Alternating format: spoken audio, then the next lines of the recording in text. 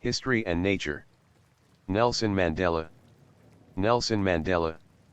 OMP SBG SBSCL SDMG MMS MMB. Mandela, 76, in a portrait photograph. Mandela in 1994. First President of South Africa. In office. May 10, 1994 to June 14, 1999. Deputy. Frederick Willem de Klerk. 1994 to 1996. Thabo Mbeki. 1994 to 1999. Preceded by Frederick Willem de Klerk, as State President. Succeeded by Thabo Mbeki. 19th Secretary General of the Non-Aligned Movement. In office.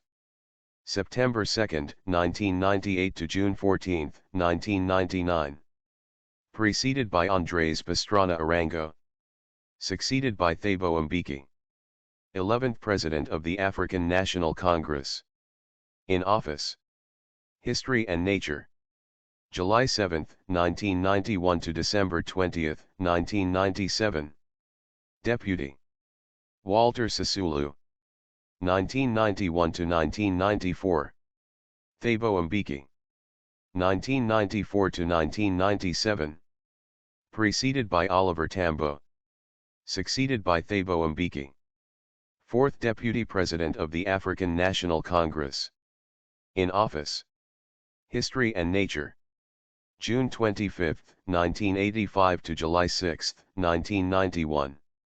Preceded by Oliver Tambo. Succeeded by Walter Sisulu. Personal details. Born Rolihlahla Mandela. July 18, 1918. Mso, Cape Province, South Africa. Died December 5, 2013, aged 95. Johannesburg. Gauteng, South Africa. Resting place Mandela Graveyard, Qunu, Eastern Cape. Political party African National Congress. Other political affiliations South African Communist Party. Spouses. Evelyn Ntoko Mays. History and Nature. M 1944, Div 1958. Winnie Madikizela. M 1958, Div 1996. Graca Machel, M 1998. Children 7, including Makatho, Makachawi, Zanani, Zinziswe and Josina, stepdaughter. Alma Mater. University of Fort Hare. University of London. University of South Africa. University of the Witwatersrand. Occupation. Philanthropist, politician, activist, lawyer. Known for internal resistance to apartheid. Awards. Sakharov Prize, 1988. Bharat Ratna, 1990. Nishani Pakistan, 1992. Nobel Peace Prize, 1993. Lenin Peace Prize, 1990. Presidential Medal of Freedom, 2002. More. History and Nature. Signature. Website Foundation. Nicknames. Madabadalabunga. Writing career. Notable works: Long Walk to Freedom. Nelson Mandela's Voice. Duration, 10 minutes and 41 seconds. 10. 41. Mandela during his 1994 visit to the U.S. Recorded October 4, 1994. Nelson Rolihlahla Mandela, /main DL /Mandela, Kosa, Kalalala Mandela, born Rolihlahla Mandela, July 18, 1918 to December 5, 2013, was a South African anti-apartheid activist, politician, and statesman who served as the first president of South Africa from 1994 to 1999. He was the country's first black head of state and the first elected in a fully representative democratic election. His government focused on dismantling the legacy of apartheid by fostering racial reconciliation. Ideologically an African nationalist and socialist, he served as the president of the African National Congress, ANC, party from 1991 to 1997. History and Nature. Akosa, Mandela was born into the Thumbu royal family in Mzo, South Africa. He studied law at the University of Fort Hare and the University of Witwatersrand before working as a lawyer in Johannesburg. There he became involved in anti-colonial and African nationalist politics, joining the ANC in 1943 and co-founding its Youth League in 1944. After the National Party's white-only government established apartheid, a system of racial segregation that privileged whites, Mandela and the ANC committed themselves to its overthrow. He was appointed president of the ANC's Transvaal branch, rising to prominence for his involvement in the 1952 Defiance Campaign and the 1955 Congress of the People. He was repeatedly arrested for seditious activities and was unsuccessfully prosecuted in the 1956 treason trial. Influenced by Marxism, he secretly joined the banned South African Communist Party, SACP. Although initially committed to nonviolent protest, in association with the SACP he co-founded the militant Umkhonto we Sizwe in 1961 and led a sabotage campaign against the government. He was arrested and imprisoned in 1962, and, following the Rivonia trial, was sentenced to life imprisonment for conspiring to overthrow the state. History and nature. Mandela served 27 years in prison, split between Robben Island, Pollsmoor Prison and Victor Verster Prison. Amid growing domestic and international pressure and fears of racial civil war, President F.W. de Klerk released him in 1990. Mandela and de Klerk led efforts to negotiate an end to apartheid, which resulted in the 1994 multiracial general election in which Mandela led the ANC to victory and became president. Leading a broad coalition government which promulgated a new constitution, Mandela emphasized reconciliation between the country's racial groups and created the Truth and Reconciliation Commission to investigate past human rights abuses. Economically, his administration retained its predecessor's liberal framework despite his own socialist beliefs, also introducing measures to encourage land reform, combat poverty, and expand healthcare services. Internationally, Mandela acted as mediator in the Pan Am Flight 103 bombing trial and served as Secretary General of the Non-Aligned Movement from 1998 to 1999. He declined a second presidential term and was succeeded by his deputy, Thabo Mbeki. Mandela became an elder statesman and focused on combating poverty and HIV/AIDS through the charitable Nelson Mandela Foundation. Mandela was a controversial figure for much of his life. Although critics on the right denounced him as a communist terrorist and those on the far left deemed him too eager to negotiate and reconcile with apartheid supporters, he gained international acclaim for his activism. Globally regarded as an icon of democracy and social justice, he received more than 250 honors, including the Nobel Peace Prize. He is held in deep respect within South Africa, where he is often referred to by his Thumbu clan name, Mandela, and described as the father of the nation. History and nature. Early life. Childhood, 1918 to 1934. Main article, Mandela family. Mandela was born on July 18, 1918 in the village of Mzo in Umtata, then part of South Africa's Cape Province. Given the forename Rolilela Akosa, term colloquially meaning troublemaker, in later years he became known by his clan name, Mandela. His patrilineal great-grandfather, Ngubenkyuka, was ruler of the Thumbu Kingdom in the Transkeian territories of South Africa's modern Eastern Cape Province. One of Ngubenkyuka's sons, named Mandela, was Nelson's grandfather and the source of his surname. Because Mandela was the king's child by a wife of the Ihuba clan, a so-called left-hand house, the descendants of his cadet branch of the royal family were morganatic, ineligible to inherit the throne but recognized as hereditary royal councillors. History and nature. Nelson Mandela's father, Gadla Henry Mfakani Izwe Mandela, 1880 to 1928, was a local chief and councillor to the monarch. He was appointed to the position in 1915, after his predecessor was accused of corruption by a governing white magistrate. In 1926, Gadla was also sacked for corruption, but Nelson was told that his father had lost his job for standing up to the magistrate's unreasonable demands.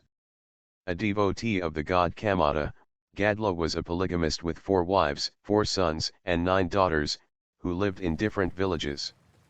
Nelson's mother was Gadla's 3rd wife, Noskani Fanny, daughter of Nkadama of the right-hand house and a member of the Amampemvua clan of the Kosa. No one in my family had ever attended school. On the first day of school my teacher, Miss Mdingana, gave each of us an English name.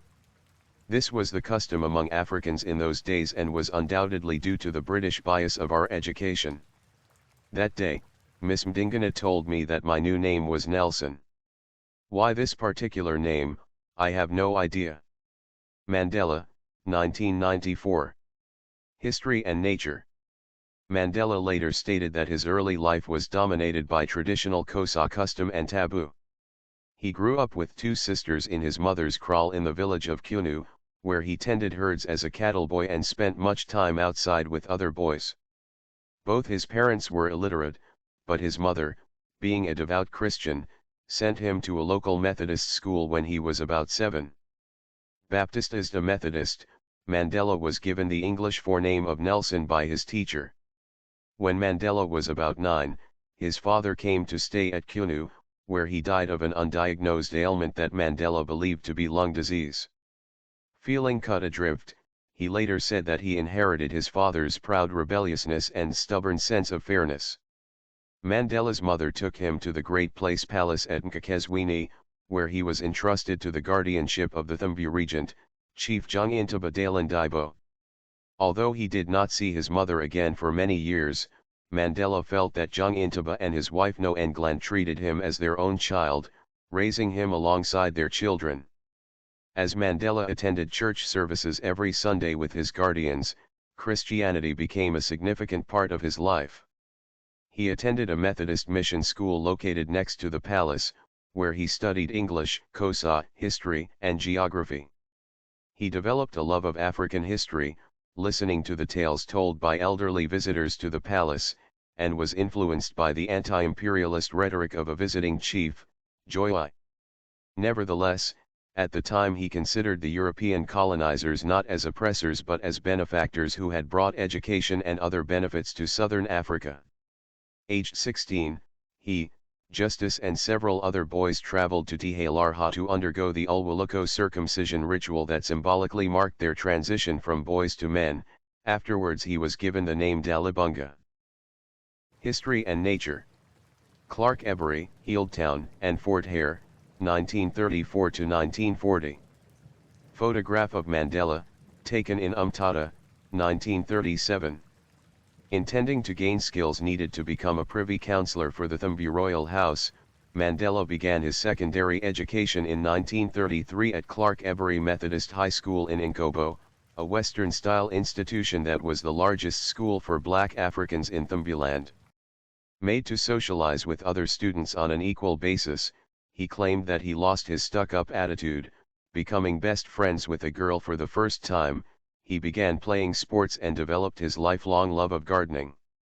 He completed his junior certificate in 2 years, and in 1937 he moved to Healdtown, the Methodist college in Fort Beaufort attended by most Thumbu royalty, including Justice. The headmaster emphasized the superiority of European culture and government, but Mandela became increasingly interested in native African culture, making his first non-Xhosa friend, a speaker of Soto, and coming under the influence of one of his favorite teachers, a Xhosa who broke taboo by marrying a Soto. Mandela spent much of his spare time at Healdtown as a long-distance runner and boxer, and in his second year he became a prefect. History and Nature. In 1939, with Jung Intaba's backing, Mandela began work on a BA degree at the University of Fort Hare, an elite black institution of approximately 150 students in Alice, Eastern Cape. He studied English, anthropology, politics, native administration, and Roman Dutch law in his first year, desiring to become an interpreter or clerk in the Native Affairs Department. Mandela stayed in the Wesley House dormitory, befriending his own kinsman, K.D. Matanzima, as well as Oliver Tambo, who became a close friend and comrade for decades to come. He took up ballroom dancing, performed in a drama society play about Abraham Lincoln, and gave Bible classes in the local community as part of the Student Christian Association.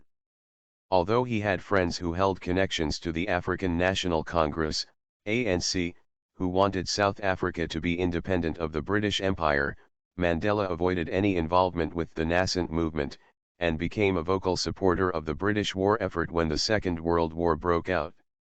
At the end of his first year he became involved in a Students' Representative Council, SRC, boycott against the quality of food, for which he was suspended from the university. He never returned to complete his degree. History and Nature. Arriving in Johannesburg, 1941 to 1943.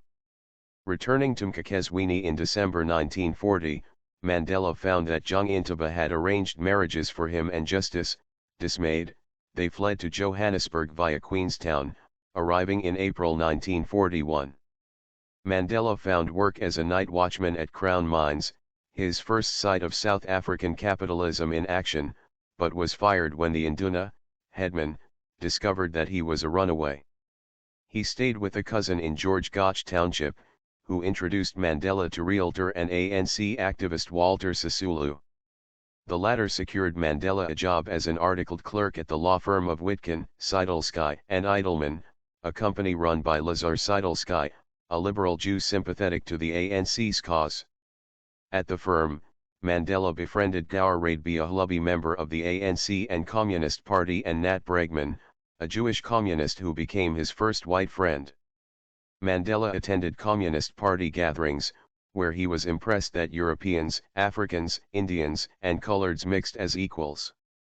He later stated that he did not join the party because its atheism conflicted with his Christian faith, and because he saw the South African struggle as being racially based rather than as class warfare.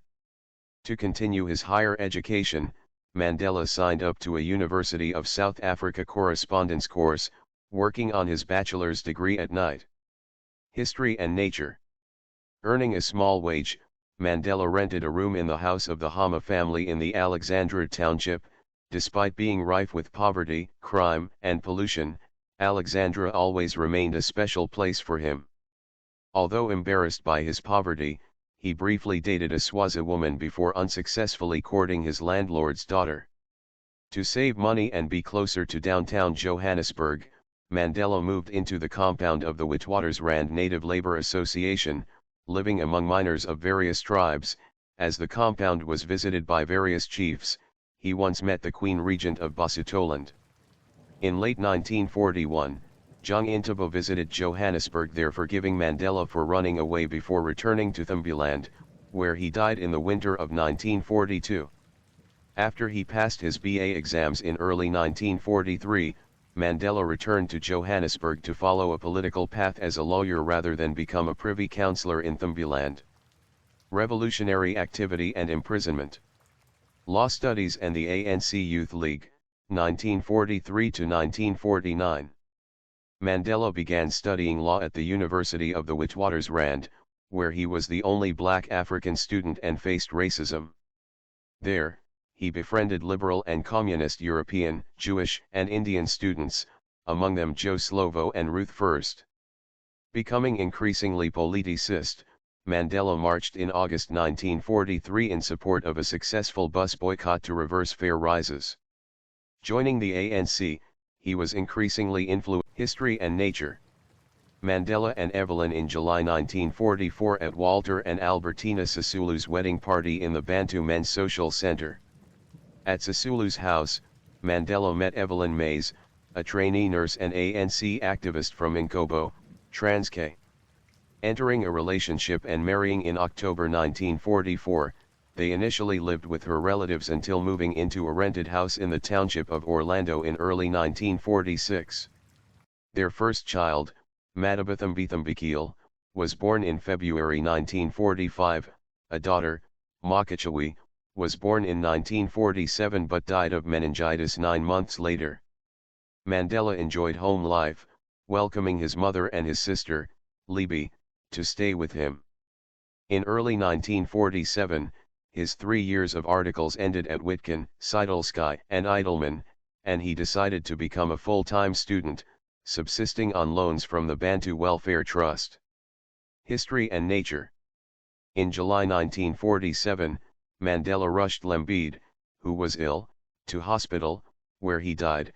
He was succeeded as ANCIL president by the more moderate Peter Mda, who agreed to cooperate with communists and non-blacks, appointing Mandela ANCIL secretary. Mandela disagreed with Mda's approach, and in December 1947 supported an unsuccessful measure to expel communists from the ANCIL, considering their ideology un-African. In 1947, Mandela was elected to the executive committee of the ANC's Transvaal province branch, serving under regional president C.S. Ramahanu. When Ramahanu acted against the wishes of the committee by cooperating with Indians and communists, Mandela was one of those who forced his resignation. In the South African general election in 1948, in which only whites were permitted to vote, the Afrikaner-dominated Herenigde Nasionale Party under Daniel Francois Malan took power, soon uniting with the Afrikaner Party to form the National Party.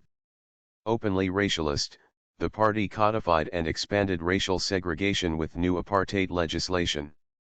Gaining increasing influence in the ANC, Mandela and his party Cotter allies began advocating direct action against apartheid, such as boycotts and strikes, influenced by the tactics already employed by South Africa's Indian community. Suma did not support these measures and was removed from the presidency in a vote of no confidence, replaced by James Moroka and a more militant executive committee containing Sisulu, Mda, Tambo, and Godfrey Page. Mandela later related that he and his colleagues had guided the ANC to a more radical and revolutionary path.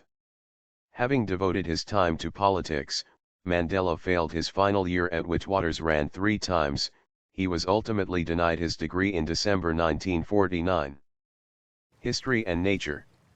Defiance Campaign and Transvaal ANC Presidency, 1950 to 1954. The ANC's tricolor flag, black for the people, green for the land, and gold for the resources of Africa. Mandela took Suma's place on the ANC National Executive in March 1950, and that same year was elected national president of the ANCIL. In March, the Defend Free Speech Convention was held in Johannesburg, bringing together African, Indian, and communist activists to call a May Day general strike in protest against apartheid and white minority rule. Mandela opposed the strike because it was multiracial and not ANC-led, but a majority of black workers took part, resulting in increased police repression and the introduction of the Suppression of Communism Act, 1950, affecting the actions of all protest groups. At the ANC National Conference of December 1951, he continued arguing against a racially united front, but was outvoted. History and Nature. Thereafter, Mandela rejected Lembede's Africanism and embraced the idea of a multiracial front against apartheid. Influenced by friends like Moses Kotane and by the Soviet Union's support for wars of national liberation, his mistrust of communism broke down and he began reading literature by Karl Marx, Vladimir Lenin, and Mao Zedong, eventually embracing the Marxist philosophy of dialectical materialism. Commenting on communism, he later stated that he found himself strongly drawn to the idea of a classless society which, to his mind, was similar to traditional African culture where life was shared and communal. In April 1952, Mandela began work at the H.M. Bassner law firm, which was owned by a communist, although his increasing commitment to work and activism meant he spent less time with his family. History and Nature. In 1952, the ANC began preparation for a joint defiance campaign against apartheid with Indian and communist groups, founding a national voluntary board to recruit volunteers. The campaign was designed to follow the path of nonviolent resistance influenced by Mahatma Gandhi. Some supported this for ethical reasons, but Mandela instead considered it pragmatic. At a Durban rally on June 22, Mandela addressed an assembled crowd of 10,000 people, initiating the campaign protests for which he was arrested and briefly interned in Marshall Square Prison. These events established Mandela as one of the best-known black political figures in South Africa. With further protests, the ANC's membership grew from 20,000 to 100,000 members. The government responded with mass arrests and introduced the Public Safety Act, 1953 to permit martial law. In May, authorities banned Transvaal ANC President J.B. Marks from making public appearances. Unable to maintain his position, he recommended Mandela as his successor. Although Africanists opposed his candidacy, Mandela was elected to be regional president in October. History and nature. In July 1952, Mandela was arrested under the Suppression of Communism Act and stood trial as one of the 21 accused, among them Moroka, Sisulu and Yusuf Dadoo in Johannesburg. Found guilty of statutory communism, a term that the government used to describe most opposition to apartheid, their sentence of 9 months hard labor was suspended for 2 years. In December, Mandela was given a 6-month ban from attending meetings or talking to more than one individual at a time, making his Transvaal ANC presidency impractical, and during this period the defiance campaign petered out. In September 1953, Andrew Kunene read out Mandela's No Easy Walk to Freedom speech at a Transvaal ANC meeting. The title was taken from a quote by Indian independence leader Jawaharlal Nehru, a seminal influence on Mandela's thought. The speech laid out a contingency plan for a scenario in which the ANC was banned. This Mandela Plan, or M-Plan, involved dividing the organization into a cell structure with a more centralist leadership. History and nature. Mandela obtained work as an attorney for the firm Terblink and Briggish, before moving to the liberal-run Hellman and Michel, passing qualification exams to become a full-fledged attorney. In August 1953, Mandela and Tambo opened their own law firm, Mandela and Tambo, operating in downtown Johannesburg. The only African-run law firm in the country, it was popular with aggrieved black people, often dealing with cases of police brutality. Disliked by the authorities, the firm was forced to relocate to a remote location after their office permit was removed under the Group Areas Act. As a result, their clientele dwindled. As a lawyer of aristocratic heritage, Mandela was part of Johannesburg's elite black middle class, and accorded much respect from the black community. Although a second daughter, Makachawi Fumia, was born in May 1954, Mandela's relationship with Evelyn became strained, and she accused him of adultery. He may have had affairs with ANC member Lillian Ngoyi and Secretary Ruth Mompati. Various individuals close to Mandela in this period have stated that the latter bore him a child. Disgusted by her son's behavior, Nosekani returned to Transkei, while Evelyn embraced the Jehovah's Witnesses and rejected Mandela's preoccupation with politics. History and nature. Congress of the People and the Treason Trial, 1955 to 1961. Main article, Treason Trial. We, the people of South Africa, declare for all our country and the world to know that South Africa belongs to all who live in it, black and white, and that no government can justly claim authority unless it is based on the will of the people. Opening words of the Freedom Charter. After taking part in the unsuccessful protest to prevent the forced relocation of all black people from the Sophiatown suburb of Johannesburg in February 1955, Mandela concluded that violent action would prove necessary to end apartheid and white minority rule. On his advice, Sisulu requested weaponry from the People's Republic of China, which was denied. Although the Chinese government supported the anti-apartheid struggle, they believed the movement insufficiently prepared for guerrilla warfare. With the involvement of the South African Indian Congress, the Colored People's Congress, the South African Congress of Trade Unions and the Congress of Democrats, the ANC planned a Congress of the People, calling on all South Africans to send in proposals for a post-apartheid era. Based on the responses, a Freedom Charter was drafted by Rusty Bernstein, calling for the creation of a democratic, non-racialist state with the nationalization of major industry. The charter was adopted at a June 1955 conference in Kliptown, which was forcibly closed down by police. The tenets of the Freedom Charter remained important for Mandela, and in 1956 he described it as an inspiration to the people of South Africa. History and nature. Following the end of a second ban in September 1955, Mandela went on a working holiday to Transkei to discuss the implications of the Bantu Authorities Act, 1951 with local Xhosa chiefs, also visiting his mother and No England before proceeding to Cape Town.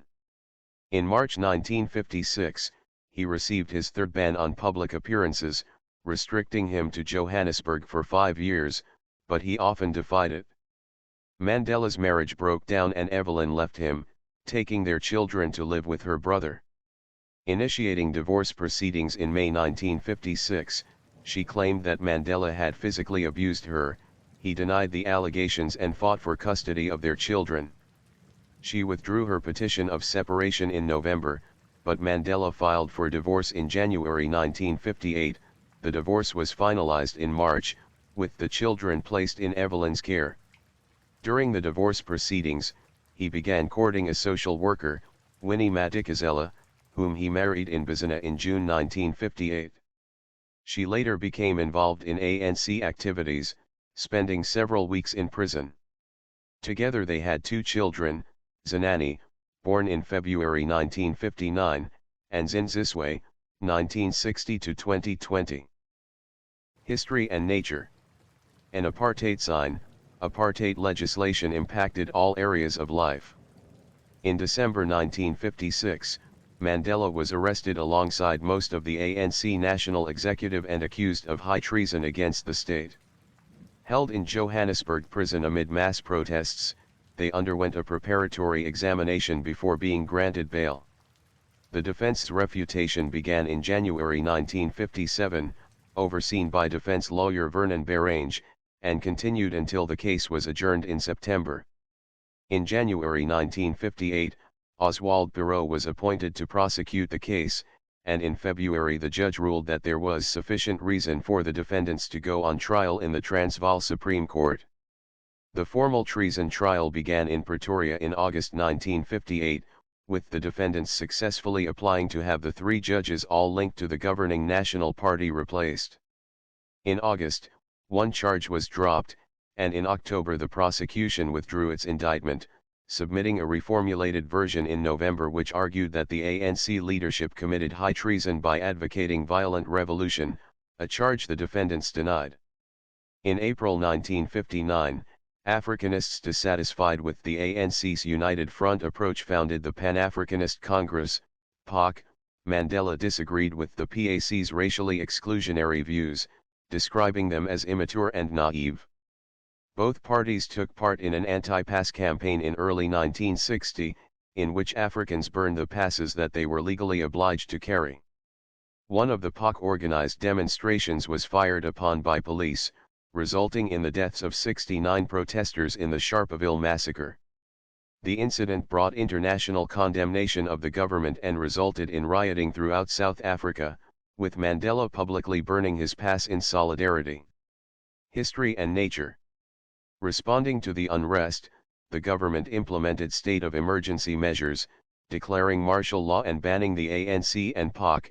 In March, they arrested Mandela and other activists, imprisoning them for 5 months without charge in the unsanitary conditions of the Pretoria local prison. Imprisonment caused problems for Mandela and his co-defendants in the treason trial. Their lawyers could not reach them, and so it was decided that the lawyers would withdraw in protest until the accused were freed from prison when the state of emergency was lifted in late August 1960.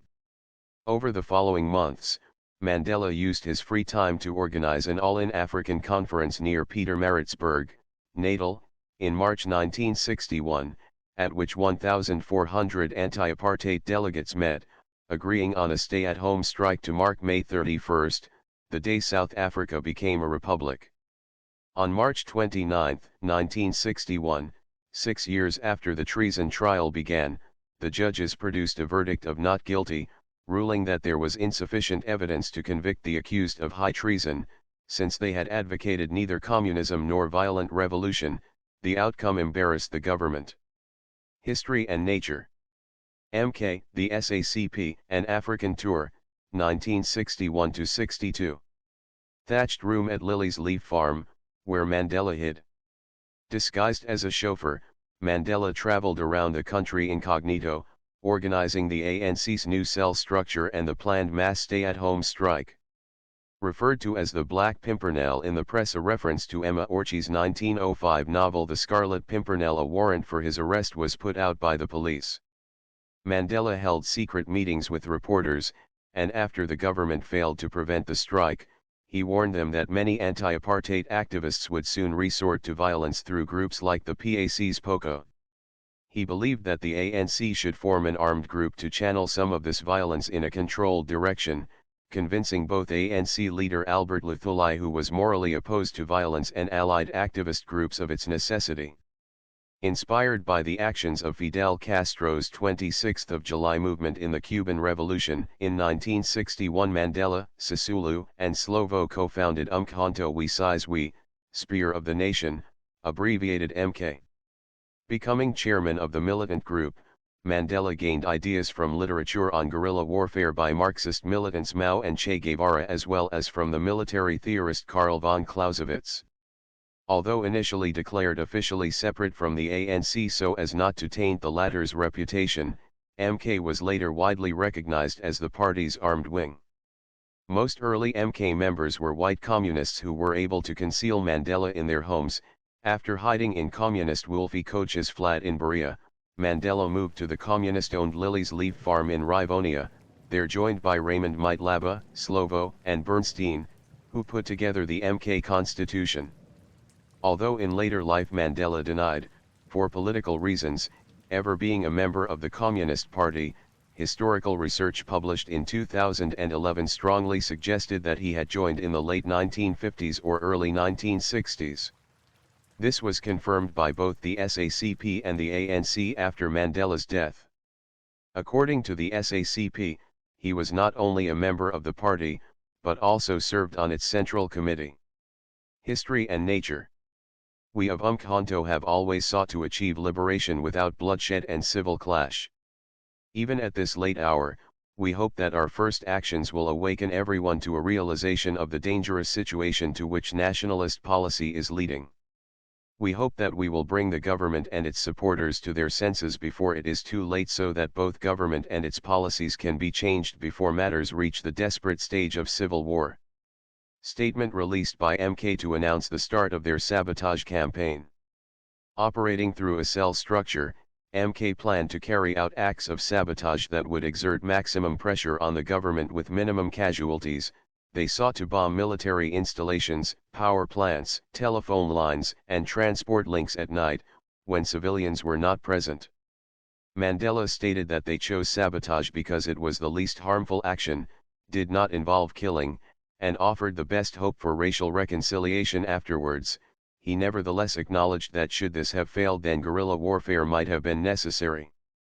Soon after ANC leader Luthuli was awarded the Nobel Peace Prize, MK publicly announced its existence with 57 bombings on Dinganas Day, December 16, 1961, followed by further attacks on New Year's Eve. The ANC decided to send Mandela as a delegate to the February 1962 meeting of the Pan-African Freedom Movement for East, Central, and Southern Africa, PAFMACSA, in Addis Ababa, Ethiopia. Leaving South Africa in secret via Bechuanaland, on his way Mandela visited Tanganyika and met with its president, Julius Nyerere. Arriving in Ethiopia, Mandela met with Emperor Haile Selassie I, and gave his speech after Selassie's at the conference.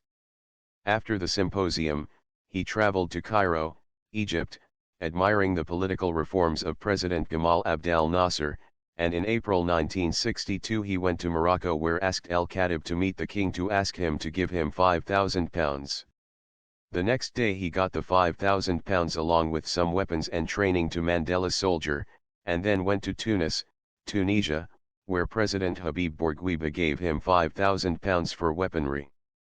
He proceeded to Morocco, Mali, Guinea, Sierra Leone, Liberia, and Senegal, receiving funds from Liberian President William Tubman and Guinean President Ahmed Sékou Touré. He left Africa for London, England, where he met anti-apartheid activists, reporters, and prominent politicians. Upon returning to Ethiopia, he began a 6-month course in guerrilla warfare, but completed only 2 months before being recalled to South Africa by the ANC's leadership. History and nature. Imprisonment. Arrest and Rivonia trial, 1962 to 1964. Main article, Rivonia trial. On August 5, 1962, police captured Mandela along with fellow activist Cecil Williams near Howick. Many MK members suspected that the authorities had been tipped off with regard to Mandela's whereabouts, although Mandela himself gave these ideas little credence. In later years, Donald Rickard, a former American diplomat, revealed that the Central Intelligence Agency, which feared Mandela's associations with communists, had informed the South African police of his location. Jailed in Johannesburg's Marshall Square prison, Mandela was charged with inciting workers' strikes and leaving the country without permission. Representing himself with Slovo as legal advisor, Mandela intended to use the trial to showcase the ANC's moral opposition to racism while supporters demonstrated outside the court. Moved to Pretoria, where Winnie could visit him, he began correspondence studies for a Bachelor of Laws, LLB, degree from the University of London International Programmes. His hearing began in October, but he disrupted proceedings by wearing a traditional kaross, refusing to call any witnesses, and turning his plea of mitigation into a political speech. Found guilty, he was sentenced to 5 years imprisonment. As he left the courtroom, supporters sang Nkosi Sihlalo iAfrika. I have fought against white domination, and I have fought against black domination. I have cherished the ideal of a democratic and free society in which all persons will live together in harmony and with equal opportunities. It is an ideal which I hope to live for and to see realized. But if it needs be, it is an ideal for which I am prepared to die. Mandela's Rivonia trial speech, 1964. History and nature. On July 11, 1963, police raided Lily's Leaf Farm, arresting those that they found there and uncovering paperwork documenting MK's activities, some of which mentioned Mandela. The Rivonia trial began at Pretoria Supreme Court in October, with Mandela and his comrades charged with 4 counts of sabotage and conspiracy to violently overthrow the government. Their chief prosecutor was Percy Yotar. Judge Quartus de Wet soon threw out the prosecution's case for insufficient evidence, but Yotar reformulated the charges, presenting his new case from December 1963 until February 1964, calling 173 witnesses and bringing thousands of documents and photographs to the trial. Although 4 of the accused denied involvement with MK, Mandela and the other 5 accused admitted sabotage but denied that they had ever agreed to initiate guerrilla war against the government. They used the trial to highlight their political cause. At the opening of the defense's proceedings, Mandela gave his 3-hour "I am prepared to die" speech. That speech, which was inspired by Castro's "History will absolve me," was widely reported in the press despite official censorship. The trial gained international attention. There were global calls for the release of the accused from the United Nations and World Peace Council, while the University of London Union voted Mandela to its presidency. On June 12, 1964, Justice de Wet found Mandela and 2 of his co-accused guilty on all 4 charges. Although the prosecution had called for the death sentence to be applied, the judge instead condemned them to life imprisonment. History and nature. Robben Island, 1964 to 1982. In 1964, Mandela and his co-accused were transferred from Pretoria to the prison on Robben Island, remaining there for the next 18 years. Isolated from non-political prisoners in Section B, Mandela was imprisoned in a damp concrete cell measuring 8 feet, 2.4 m, by 7 feet, 2.1 m, with a straw mat on which to sleep.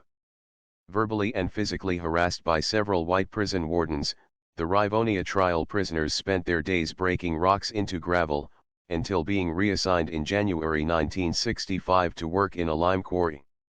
Mandela was initially forbidden to wear sunglasses, and the glare from the lime permanently damaged his eyesight.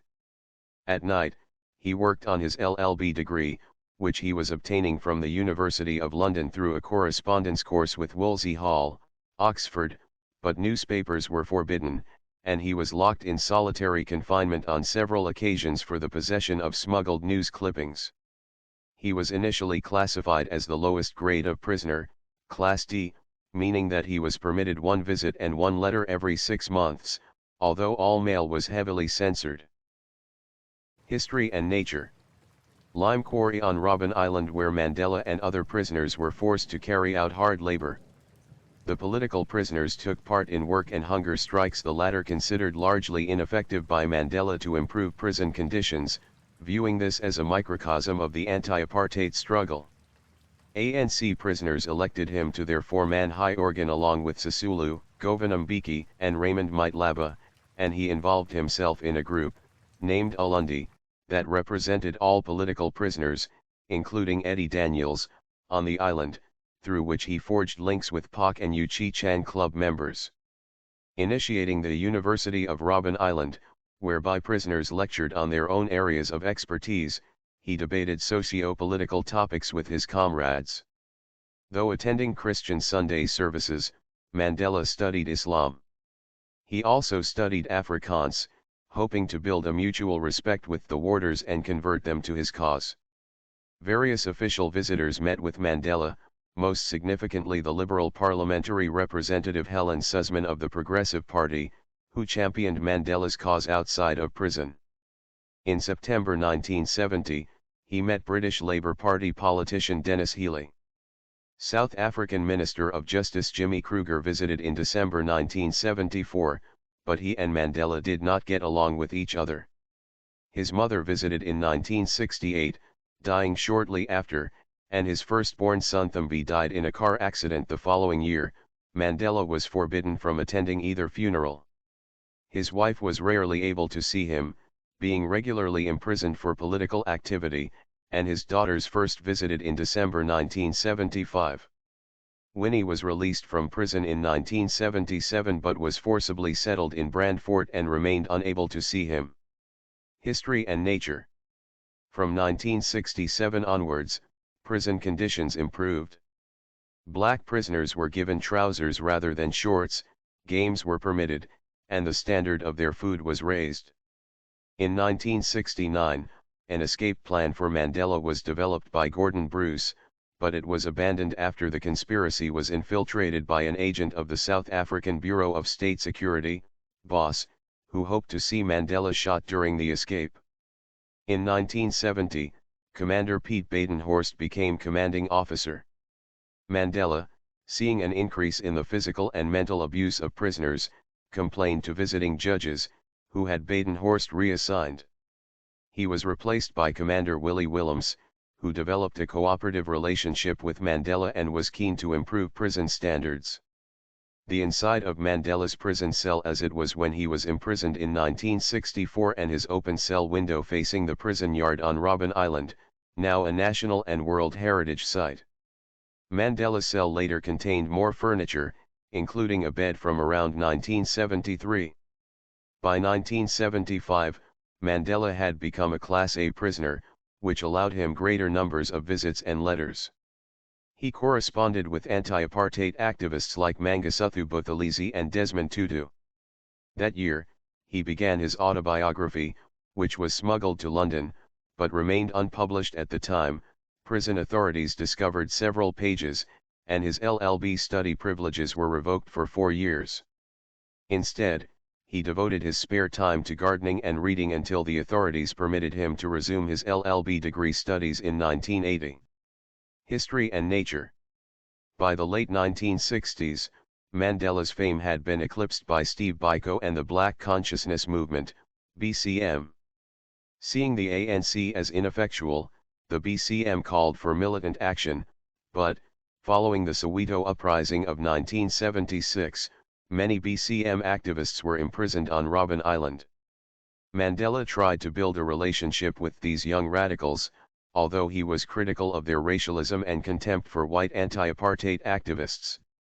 Renewed international interest in his plight came in July 1978, when he celebrated his 60th birthday. He was awarded an honorary doctorate in Lesotho, the Jawaharlal Nehru Award for International Understanding in India in 1979, and the Freedom of the City of Glasgow, Scotland in 1981.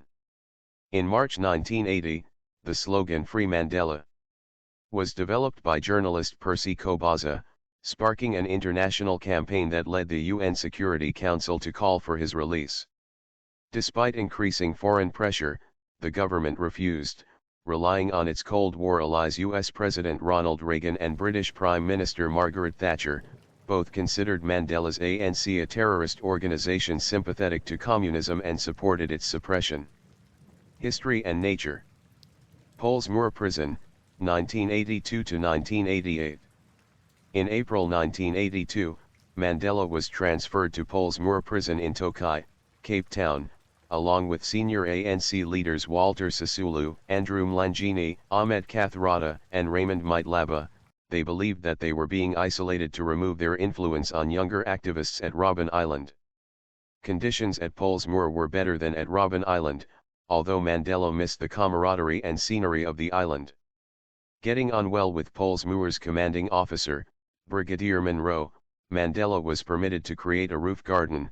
He also read voraciously and corresponded widely, now being permitted 52 letters a year.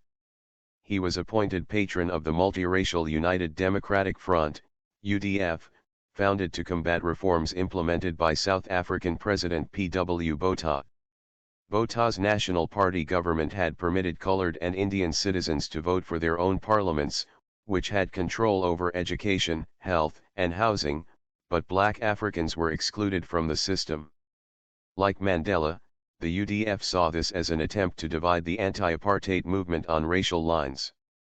Bust of Mandela erected on London's South Bank by the Greater London Council administration of Ken Livingstone in 1985. The early 1980s witnessed an escalation of violence across the country, and many predicted civil war. This was accompanied by economic stagnation as various multinational banks under pressure from an international lobby had stopped investing in South Africa. Numerous banks and Thatcher asked Botha to release Mandela, then at the height of his international fame, to defuse the volatile situation. Although considering Mandela a dangerous arch-Marxist, Botha offered him, in February 1985, a release from prison if he unconditionally rejected violence as a political weapon. Mandela spurned the offer, releasing a statement through his daughter Zinzi stating, "What freedom am I being offered while the Organization of the People ANC remains banned? Only free men can negotiate. A prisoner cannot enter into contracts." History and nature. In 1985, Mandela underwent surgery on an enlarged prostate gland before being given new solitary quarters on the ground floor. He was met by an international delegation sent to negotiate a settlement, but Botha's government refused to cooperate, calling a state of emergency in June and initiating a police crackdown on unrest. The anti-apartheid resistance fought back, with the ANC committing 231 attacks in 1986 and 235 in 1987. The violence escalated as the government used the army and police to combat the resistance and provided covert support for vigilante groups and the Zulu nationalist movement in Inkatha, which was involved in an increasingly violent struggle with the ANC. Mandela requested talks with Botha but was denied, instead secretly meeting with Minister of Justice Kabi Coetzee in 1987, and having a further 11 meetings over the next 3 years. Coetzee organized negotiations between Mandela and a team of 4 government figures starting in May 1988. The team agreed to the release of political prisoners and the legalization of the ANC on the condition that they permanently renounce violence, break links with the Communist Party, and not insist on majority rule. Mandela rejected these conditions, insisting that the ANC would end its armed activities only when the government renounced violence. Mandela's 70th birthday in July 1988 attracted international attention, including a tribute concert at London's Wembley Stadium that was televised and watched by an estimated 200 million viewers. Although presented globally as a heroic figure, he faced personal problems when ANC leaders informed him that Winnie had set herself up as head of a gang, the Mandela United Football Club, which had been responsible for torturing and killing opponents including children in Soweto. Though some encouraged him to divorce her, he decided to remain loyal until she was found guilty by trial. History and Nature. Victor Verster Prison and Release, 1988 to 1990. Free Mandela Protest in East Berlin, 1986. Recovering from tuberculosis exacerbated by the damp conditions in his cell, Mandela was moved to Victor Verster Prison, near Paarl, in December 1988. He was housed in the relative comfort of a warder's house with a personal cook, and he used the time to complete his LLB degree. While there, he was permitted many visitors and organized secret communications with exiled ANC leader Oliver Tambo. In 1989, Botha suffered a stroke. Although he retained the state presidency, he stepped down as leader of the National Party, to be replaced by F.W. de Klerk.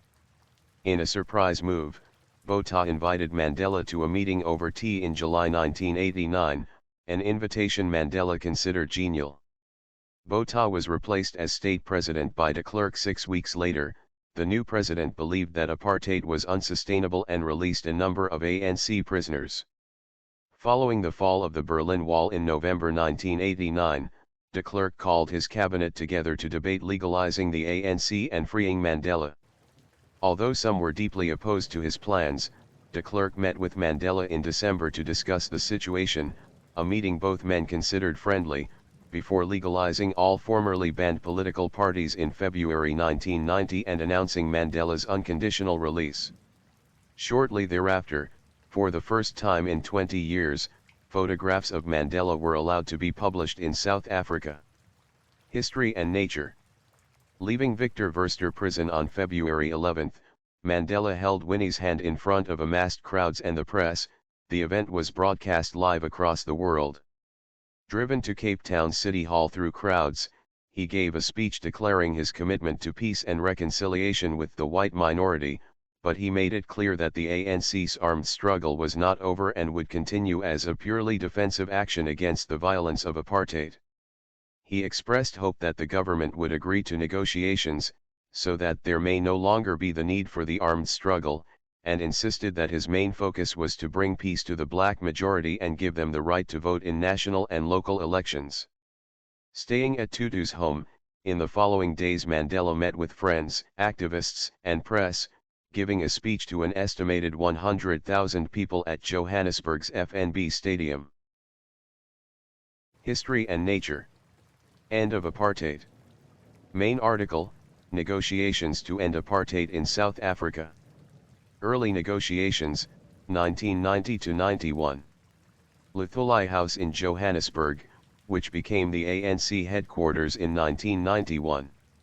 Mandela proceeded on an African tour, meeting supporters and politicians in Zambia, Zimbabwe, Namibia, Libya and Algeria, and continuing to Sweden, where he was reunited with Tambo, and London, where he appeared at the Nelson Mandela, an international tribute for a free South Africa concert at Wembley Stadium. Encouraging foreign countries to support sanctions against the apartheid government, he met President François Mitterrand in France, Pope John Paul II in the Vatican, and Thatcher in the United Kingdom. In the United States, he met President George H.W. Bush, addressed both houses of Congress and visited 8 cities, being particularly popular among the African American community. In Cuba, he became friends with President Castro, whom he had long admired. He met President R. Venkatraman in India, President Suharto in Indonesia, Prime Minister Mahathir Mohamad in Malaysia, and Prime Minister Bob Hawke in Australia.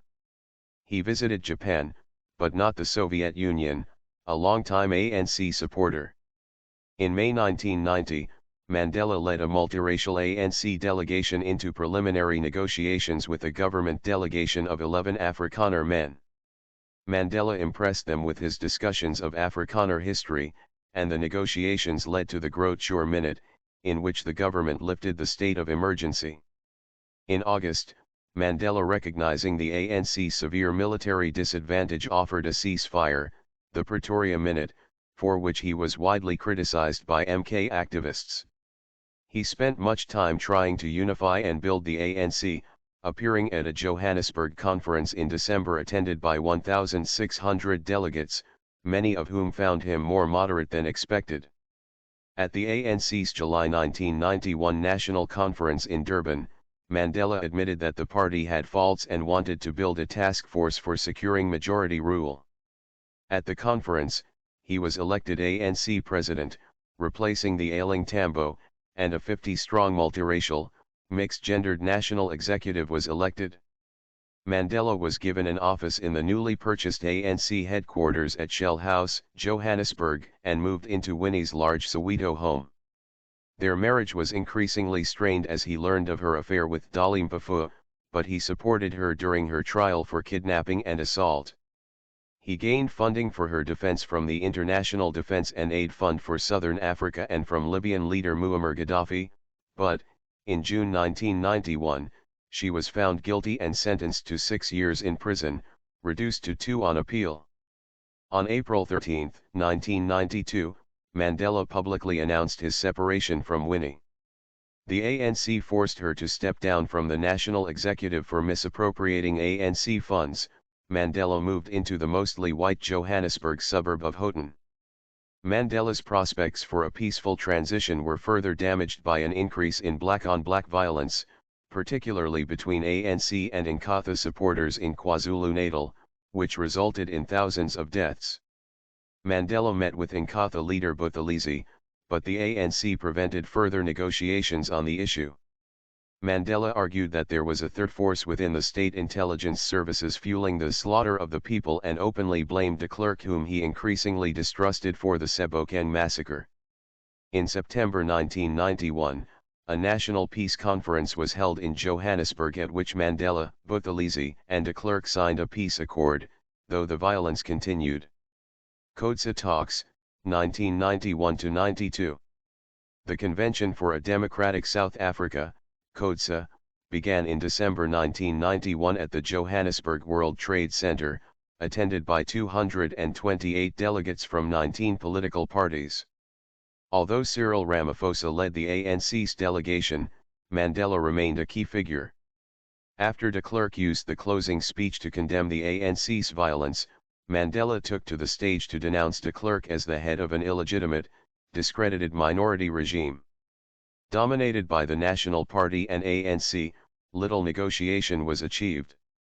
CODESA II was held in May 1992, at which de Klerk insisted that post-apartheid South Africa must use a federal system with a rotating presidency to ensure the protection of ethnic minorities. Mandela opposed this, demanding a unitary system governed by majority rule.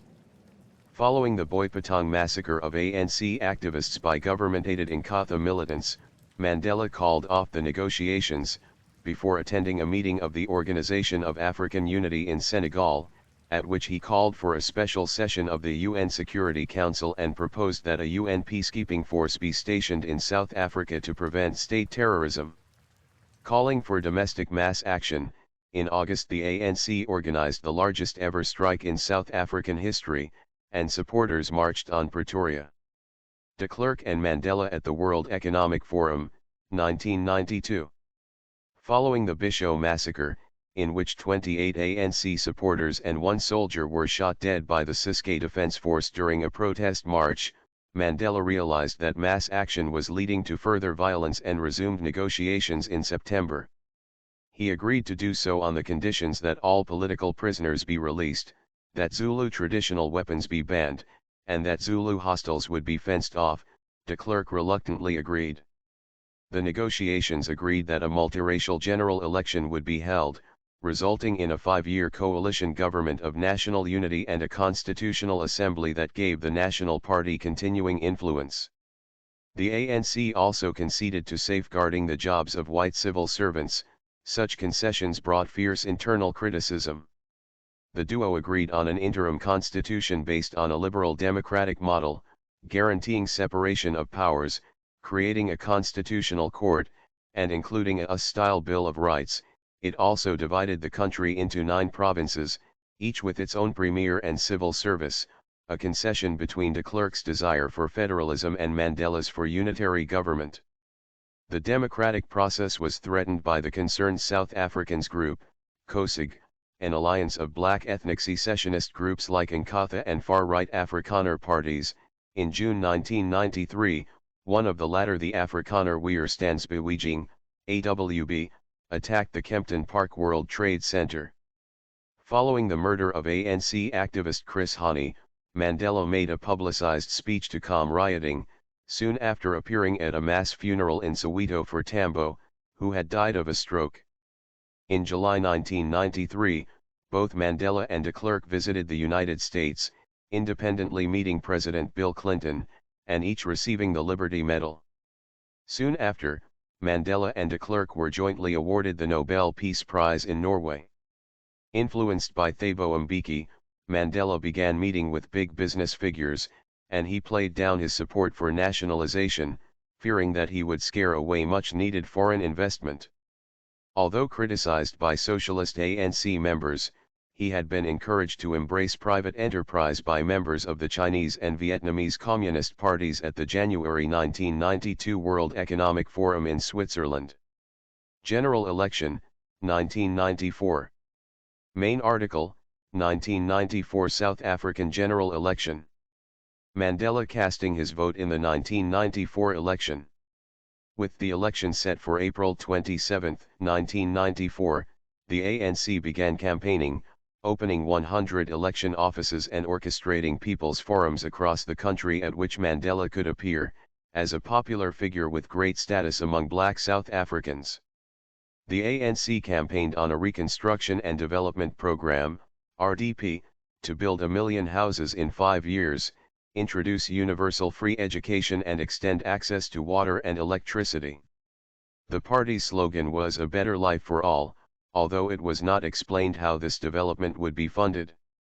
With the exception of the Weekly Mail and the New Nation, South Africa's press opposed Mandela's election, fearing continued ethnic strife, instead supporting the National or Democratic Party.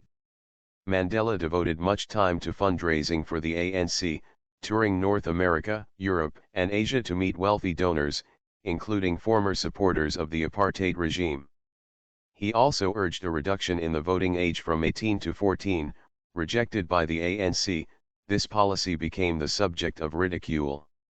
Concerned that Kosig would undermine the election, particularly in the wake of the conflict in Bophuthatswana and the Shell House massacre incidents of violence involving the AWB and Inkatha, respectively, Mandela met with Afrikaner politicians and generals, including P.W. Botha, Pik Botha and Constant Viljoen, persuading many to work within the democratic system. With de Klerk, he also convinced Inkatha's Buthelezi to enter the elections rather than launch a war of secession. As leaders of the two major parties, de Klerk and Mandela appeared on a televised debate, Mandela's offer to shake his hand surprised him, leading some commentators to deem it a victory for Mandela. The election went ahead with little violence, although an AWB cell killed 20 with car bombs.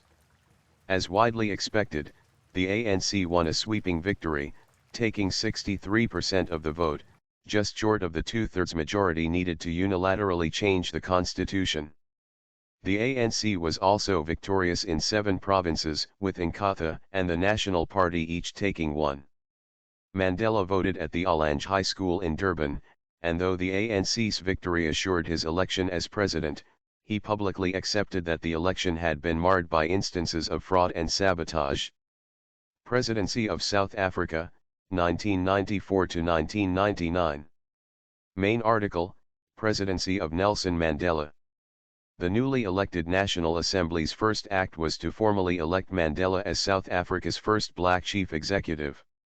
His inauguration took place in Pretoria on May 10, 1994, televised to 1 billion viewers globally.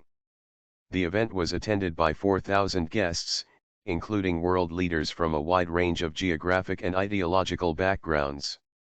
Mandela headed a government of national unity dominated by the ANC, which had no experience of governing by itself but containing representatives from the National Party and Inkatha. Under the interim constitution, Inkatha and the National Party were entitled to seats in the government by virtue of winning at least 20 seats. In keeping with earlier agreements, both de Klerk and Thabo Mbeki were given the position of deputy president. Although Mbeki had not been his first choice for the job, Mandela grew to rely heavily on him throughout his presidency, allowing him to shape policy details. Moving into the presidential office at Tunhuis in Cape Town, Mandela allowed de Klerk to retain the presidential residence in the Groot Shore estate, instead settling into the nearby Westbrook Manor, which he renamed Genadendal, meaning Valley of Mercy in Afrikaans. Retaining his Houghton home, he also had a house built in his home village of Kunu, which he visited regularly, meeting with locals, and judging tribal disputes. Aged 76, he faced various ailments, and although exhibiting continued energy, he felt isolated and lonely. He often entertained celebrities, such as Michael Jackson, Whoopi Goldberg, and the Spice Girls, and befriended ultra-rich businessmen, like Harry Oppenheimer of Anglo American. He also met with Queen Elizabeth II on her March 1995 state visit to South Africa, which earned him strong criticism from ANC anti-capitalists. Despite his opulent surroundings, Mandela lived simply, donating a third of his R552,000 annual income to the Nelson Mandela Children's Fund, which he had founded in 1995. Although dismantling press censorship, speaking out in favor of freedom of the press and befriending many journalists, Mandela was critical of much of the country's media, noting that it was overwhelmingly owned and run by middle-class whites and believing that it focused too heavily on scaremongering about crime. In December 1994, Mandela published Long Walk to Freedom, an autobiography based around a manuscript he had written in prison, augmented by interviews conducted with American journalist Richard Stengel. In late 1994, he attended the 49th conference of the ANC in Bloemfontein, at which a more militant national executive was elected, among them Winnie Mandela. Although she expressed an interest in reconciling, Nelson initiated divorce proceedings in August 1995. By 1995, he had entered into a relationship with Graca Machel, a Mozambican political activist 27 years his junior who was the widow of former President Samora Machel. They had first met in July 1990 when she was still in mourning, but their friendship grew into a partnership, with Machel accompanying him on many of his foreign visits. She turned down Mandela's first marriage proposal, wanting to retain some independence and dividing her time between Mozambique and Johannesburg. National reconciliation. Gracious but steely, Mandela steered a country in turmoil toward a negotiated settlement, a country that days before its first democratic election remained violent, riven by divisive views and personalities. He endorsed national reconciliation, an idea he did not merely foster in the abstract, but performed with panache and conviction in reaching out to former adversaries. He initiated an era of hope that, while not long-lasting, was nevertheless decisive, and he garnered the highest international recognition and affection. Rita Barnard, the Cambridge companion to Nelson Mandela. Presiding over the transition from apartheid minority rule to a multicultural democracy, Mandela saw national reconciliation as the primary task of his presidency. Having seen other post-colonial African economies damaged by the departure of white elites, Mandela worked to reassure South Africa's white population that they were protected and represented in the Rainbow Nation. Although his government of national unity would be dominated by the ANC, he attempted to create a broad coalition by appointing de Klerk as deputy president and appointing other National Party officials as ministers for agriculture, environment, and minerals and energy, as well as naming Buthelezi as Minister for Home Affairs. The other cabinet positions were taken by ANC members, many of whom like Joe Modize, Alfred Enzo, Joe Slovo, Mac Maharaj, and Dola Omar had long been comrades of Mandela, although others, such as Tito Mboweni and Jeff Radeby, were far younger. Mandela's relationship with de Klerk was strained. Mandela thought that de Klerk was intentionally provocative, and de Klerk felt that he was being intentionally humiliated by the president. In January 1995, Mandela heavily chastised de Klerk for awarding amnesty to 3,500 police officers just before the election, and later criticized him for defending former Minister of Defense Magnus Malan when the latter was charged with murder. Mandela personally met with senior figures of the apartheid regime, including lawyer Percy Yutar and Hendrik Verwoerd's widow, Betsy Scumby, also laying a wreath by the statue of Afrikaner hero Daniel Theron. Emphasizing personal forgiveness and reconciliation, he announced that courageous people do not fear forgiving, for the sake of peace. He encouraged black South Africans to get behind the previously hated national rugby team, the Springboks, as South Africa hosted the 1995 Rugby World Cup. Mandela wore a Springbok shirt at the final against New Zealand, and after the Springboks won the match, Mandela presented the trophy to Captain Francois Pienaar, an Afrikaner. This was widely seen as a major step in the reconciliation of white and black South Africans. As de Klerk later put it, Mandela won the hearts of millions of white rugby fans. Mandela's efforts at reconciliation assuaged the fears of white people, but also drew criticism from more militant black people. Among the latter was his estranged wife, Winnie, who accused the ANC of being more interested in appeasing the white community than in helping the black majority. Mandela oversaw the formation of a Truth and Reconciliation Commission to investigate crimes committed under apartheid by both the government and the ANC, appointing Tutu as its chair. To prevent the creation of martyrs, the commission granted individual amnesties in exchange for testimony of crimes committed during the apartheid era.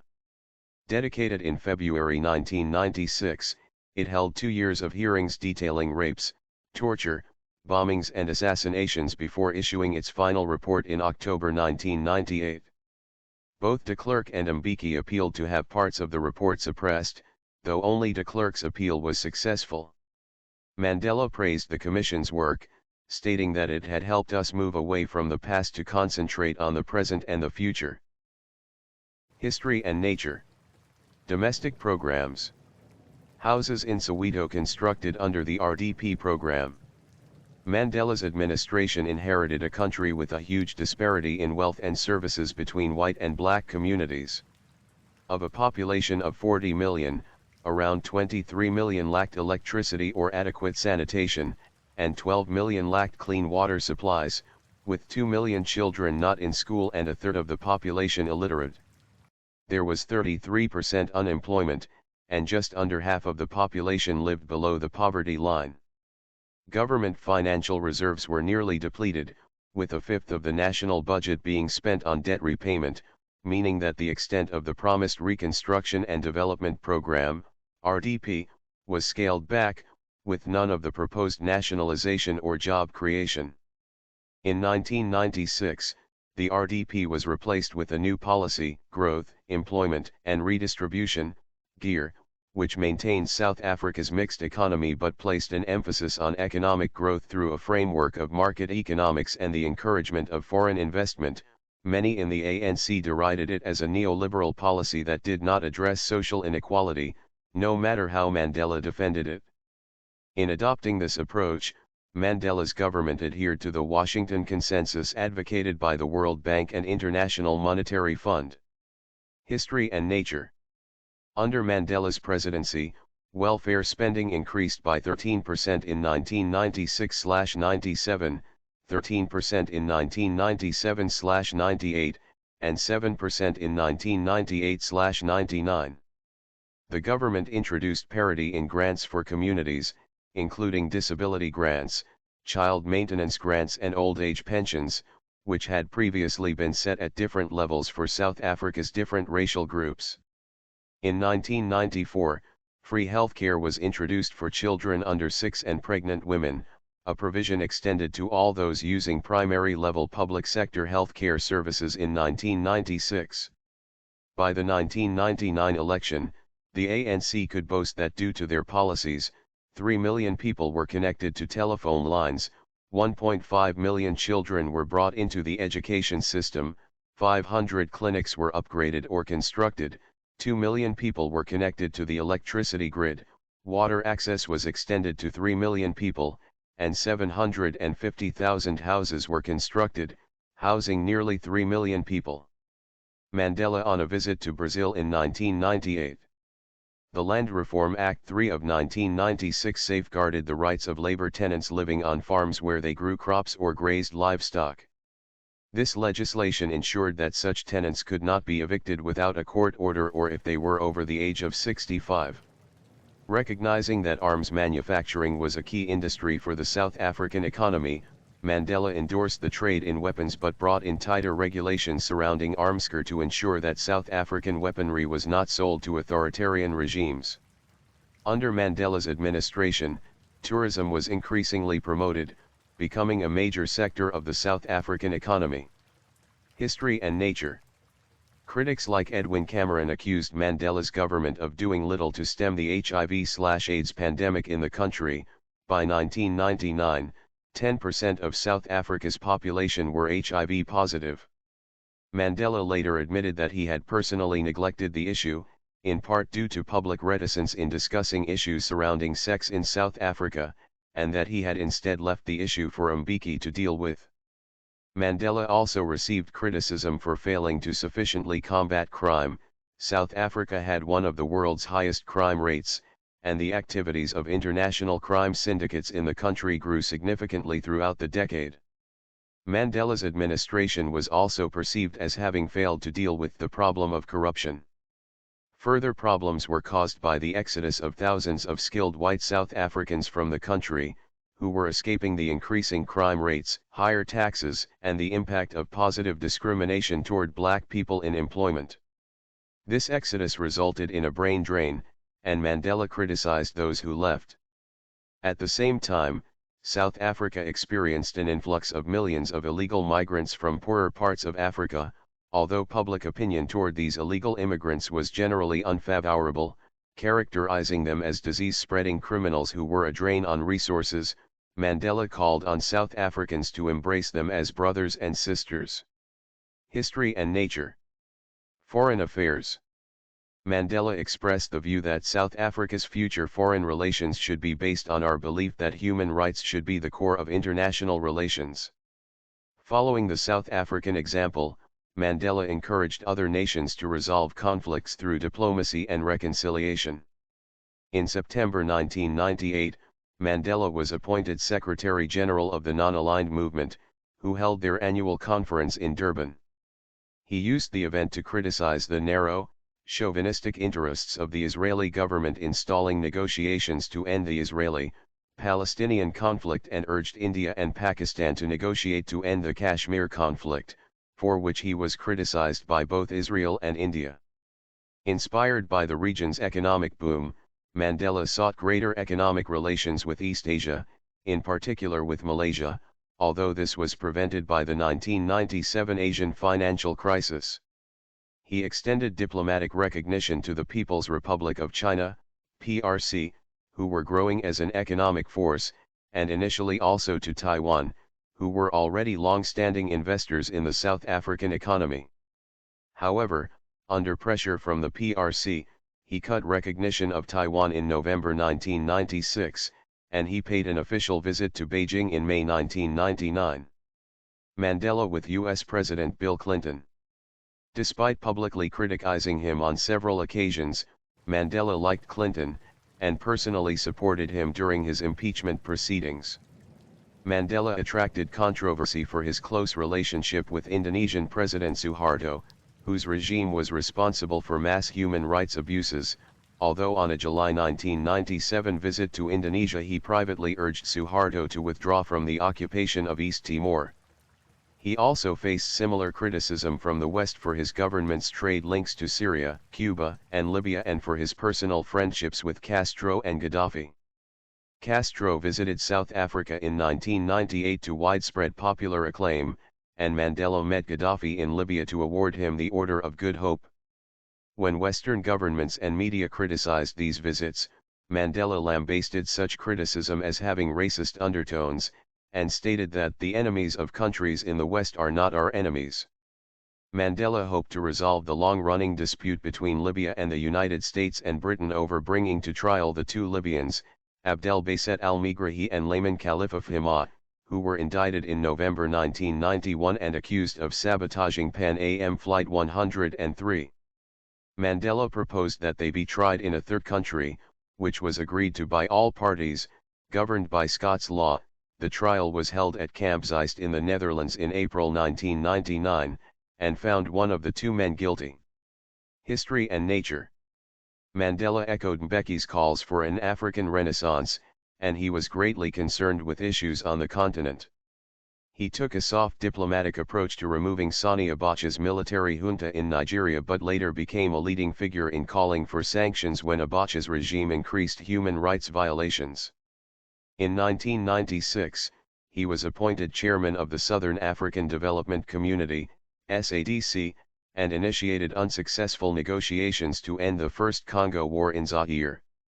He also played a key role as a mediator in the ethnic conflict between Tutsi and Hutu political groups in the Burundian Civil War, helping to initiate a settlement which brought increased stability to the country but did not end the ethnic violence. In South Africa's first post-apartheid military operation, troops were ordered into Lesotho in September 1998 to protect the government of Prime Minister Pakalitha Mosisili after a disputed election had prompted opposition uprisings. The action was not authorized by Mandela himself, who was out of the country at the time, but by Buthelezi, who was serving as acting president during Mandela's absence, with the approval of Mandela and Mbeki. Withdrawing from politics. History and nature. In the latter part of his presidency, Mandela increasingly relied on his deputy president, Thabo Mbeki, pictured. The new Constitution of South Africa was agreed upon by Parliament in May 1996, enshrining a series of institutions to place checks on political and administrative authority within a constitutional democracy. De Klerk opposed the implementation of this constitution, and that month he and the National Party withdrew from the coalition government in protest, claiming that the ANC were not treating them as equals. The ANC took over the cabinet positions formerly held by the Nationals, with Mbeki becoming sole deputy president. Inkatha remained part of the coalition, and when both Mandela and Mbeki were out of the country in September 1998, Buthelezi was appointed acting president, marking an improvement in his relationship with Mandela. Although Mandela had often governed decisively in his first 2 years as President 308, he had subsequently increasingly delegated duties to Mbeki, retaining only a close personal supervision of intelligence and security measures.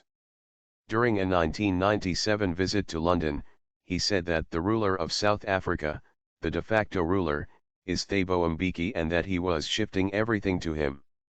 Mandela stepped down as ANC president at the party's December 1997 conference. He hoped that Ramaphosa would succeed him, believing Mbeki to be too inflexible and intolerant of criticism, but the ANC elected Mbeki regardless. Mandela and the executive supported Jacob Zuma, a Zulu who had been imprisoned on Robben Island, as Mbeki's replacement for deputy president. Zuma's candidacy was challenged by Winnie, whose populist rhetoric had gained her a strong following within the party, although Zuma defeated her in a landslide victory vote at the election. History and nature. Mandela's relationship with Machel had intensified. In February 1998, he publicly stated that he was in love with a remarkable lady, and under pressure from Tutu, who urged him to set an example for young people, he organized a wedding for his 80th birthday, in July that year. The following day, he held a grand party with many foreign dignitaries. Although the 1996 constitution allowed the president to serve 2 consecutive 5-year terms, Mandela had never planned to stand for a second term in office. He gave his farewell speech to Parliament on March 29, 1999, when it adjourned prior to the 1999 general elections, after which he retired. Although opinion polls in South Africa showed wavering support for both the ANC and the government, Mandela himself remained highly popular, with 80% of South Africans polled in 1999 expressing satisfaction with his performance as president. Post-presidency and final years. Continued activism and philanthropy, 1999 to 2004. History and nature. Mandela visiting the London School of Economics in 2000. Retiring in June 1999, Mandela aimed to lead a quiet family life, divided between Johannesburg and Kunu. Although he set about authoring a sequel to his first autobiography, to be titled The Presidential Years, it remained unfinished and was only published posthumously in 2017.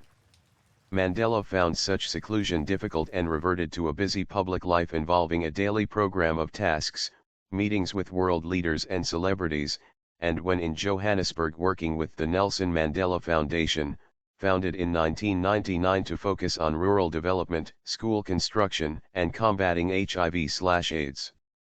Although he had been heavily criticized for failing to do enough to fight the HIV/AIDS pandemic during his presidency, he devoted much of his time to the issue following his retirement, describing it as a war that had killed more than all previous wars. Affiliating himself with the Treatment Action Campaign, he urged Mbeki's government to ensure that HIV-positive South Africans had access to antiretrovirals. Meanwhile, Mandela was successfully treated for prostate cancer in July 2001. In 2002, Mandela inaugurated the Nelson Mandela Annual Lecture, and in 2003 the Mandela Rhodes Foundation was created at Rhodes House, University of Oxford, to provide postgraduate scholarships to African students.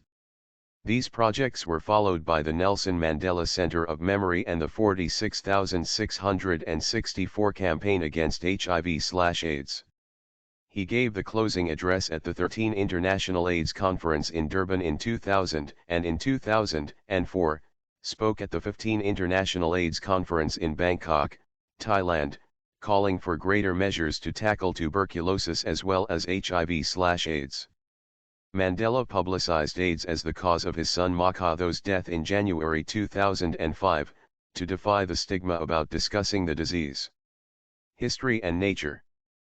Publicly, Mandela became more vocal in criticizing Western powers. He strongly opposed the 1999 NATO intervention in Kosovo and called it an attempt by the world's powerful nations to police the entire world.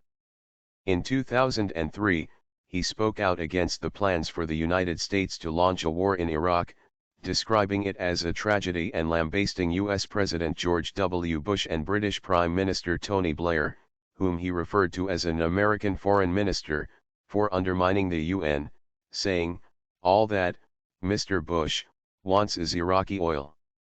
He attacked the United States more generally, asserting that if there is a country that has committed unspeakable atrocities in the world, it is the United States of America, citing the atomic bombing of Japan. This attracted international controversy, although he later improved his relationship with Bush. Retaining an interest in the Lockerbie suspect, he visited Megrahi in Barlini prison and spoke out against the conditions of his treatment, referring to them as psychological persecution.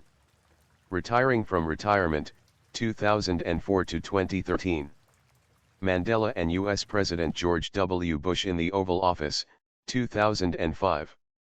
In June 2004, aged 85 and amid failing health, Mandela announced that he was retiring from retirement and retreating from public life, remarking, "Don't call me, I will call you." Although continuing to meet with close friends and family, the foundation discouraged invitations for him to appear at public events and denied most interview requests. History and nature. He retained some involvement in international affairs. In 2005, he founded the Nelson Mandela Legacy Trust, traveling to the United States to speak before the Brookings Institution and the NAACP on the need for economic assistance to Africa. He spoke with U.S. Senator Hillary Clinton and President George W. Bush and first met the then-Senator Barack Obama. Mandela also encouraged Zimbabwean President Robert Mugabe to resign over growing human rights abuses in the country. When this proved ineffective, he spoke out publicly against Mugabe in 2007, asking him to step down with residual respect and a modicum of dignity. That year, Mandela, Machel, and Desmond Tutu convened a group of world leaders in Johannesburg to contribute their wisdom and independent leadership to some of the world's toughest problems. Mandela announced the formation of this new group, the Elders, in a speech delivered on his 89th birthday. Mandela receiving the freedom of the city of Tshwane, 2008. Mandela's 90th birthday was marked across the country on July 18, 2008, a tribute concert was held in Hyde Park, London. Throughout Mbeki's presidency, Mandela continued to support the ANC, usually overshadowing Mbeki at any public events that the two attended.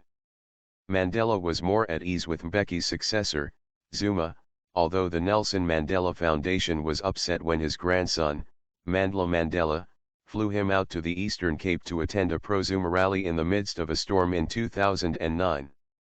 History and Nature. In 2004, Mandela successfully campaigned for South Africa to host the 2010 FIFA World Cup, declaring that there would be few better gifts for us in the year marking a decade since the fall of apartheid. Despite maintaining a low profile during the event due to ill health, Mandela made his final public appearance during the World Cup closing ceremony, where he received much applause. Between 2005 and 2013, Mandela, and later his family, were embroiled in a series of legal disputes regarding money held in family trusts for the benefit of his descendants. In mid-2013, as Mandela was hospitalized for a lung infection in Pretoria, his descendants were involved in an intra-family legal dispute relating to the burial place of Mandela's children, and ultimately Mandela himself. Illness and Death, 2011 to 2013. Main article, Death and State Funeral of Nelson Mandela. History and Nature. Members of the public paying their respects outside Mandela's Houghton home.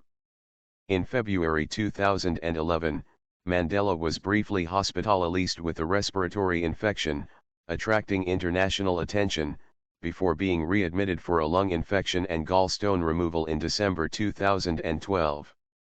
After a successful medical procedure in early March 2013, his lung infection recurred and he was briefly hospitalized in Pretoria. In June 2013, his lung infection worsened and he was readmitted to a Pretoria hospital in serious condition. The Archbishop of Cape Town Thabo Makabo visited Mandela at the hospital and prayed with Machel, while Zuma cancelled a trip to Mozambique to visit him the following day. In September 2013, Mandela was discharged from hospital, although his condition remained unstable.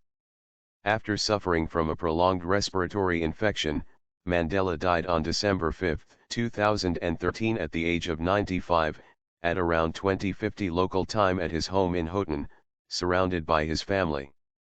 Zuma publicly announced his death on television, proclaiming 10 days of national mourning, a memorial service held at Johannesburg's FNB Stadium on December 10, 2013, and December 8 as a national day of prayer and reflection. Mandela's body lay in state from 11 to 13 December at the Union Buildings in Pretoria and a state funeral was held on December 15 in Qunu. Approximately 90 representatives of foreign states traveled to South Africa to attend memorial events. It was later revealed that 300 million rand, about $20 million, originally earmarked for humanitarian development projects had been redirected to finance the funeral. The media was awash with tributes and reminiscences, while images of tributes to Mandela proliferated across social media.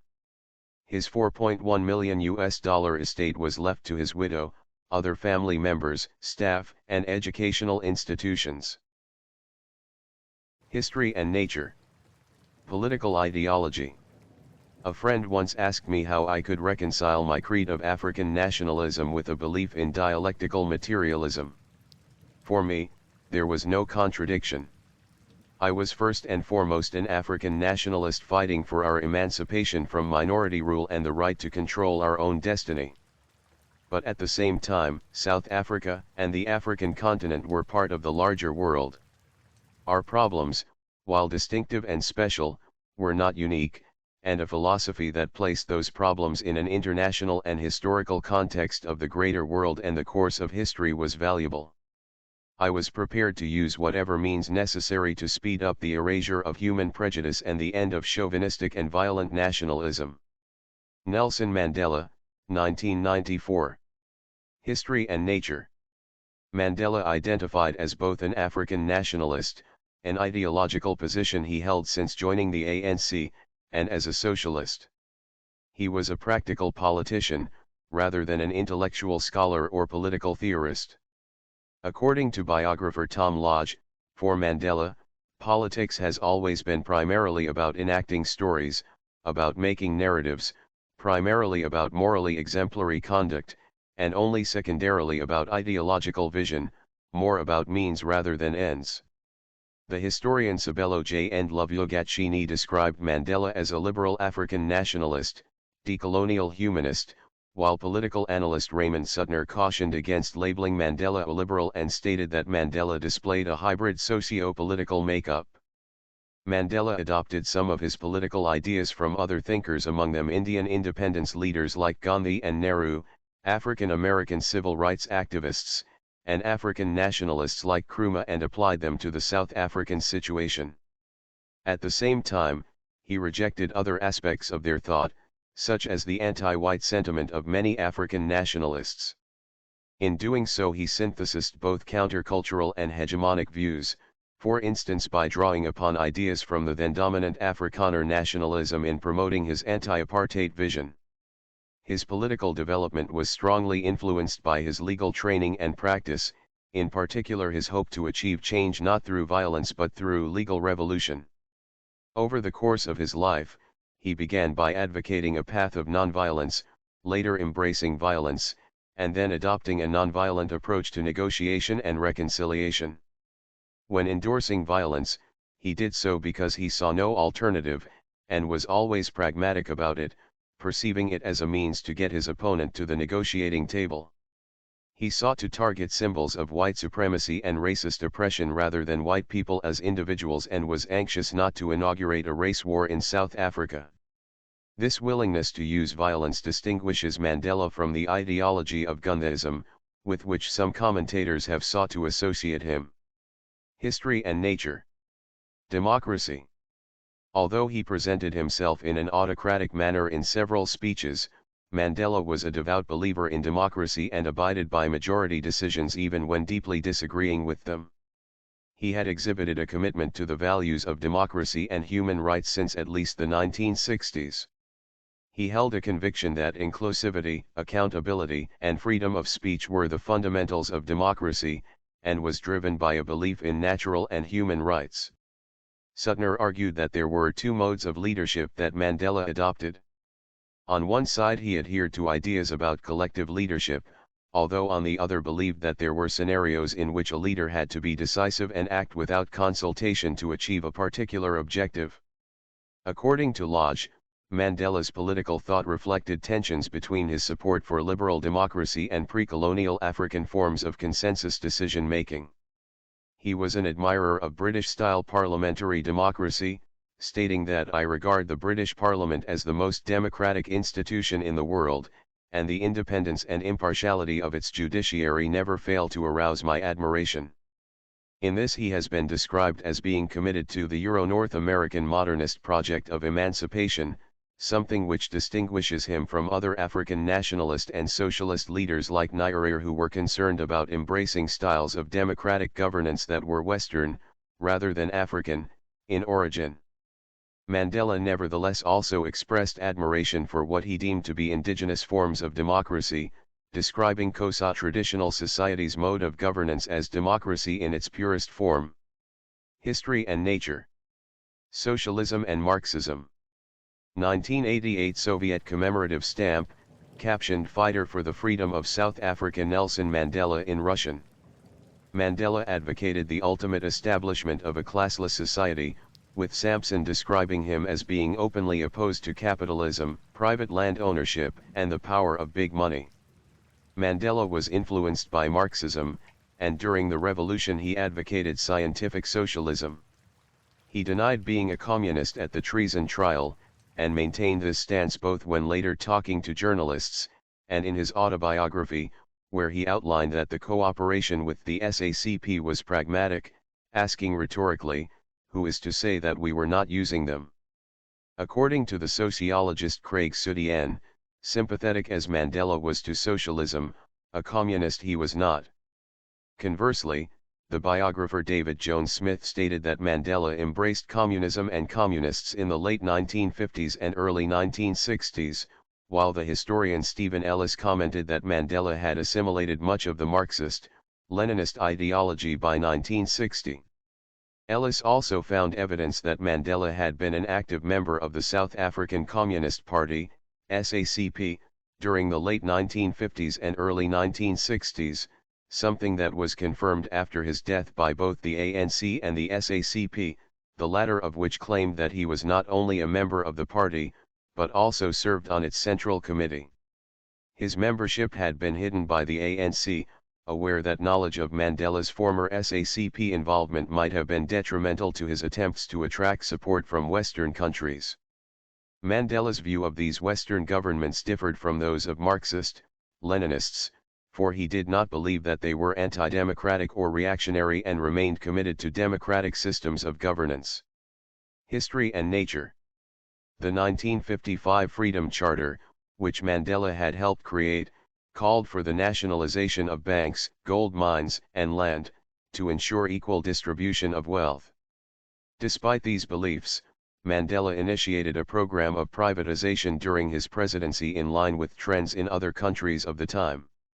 It has been repeatedly suggested that Mandela would have preferred to develop a social democratic economy in South Africa, but that this was not feasible as a result of the international political and economic situation during the early 1990s.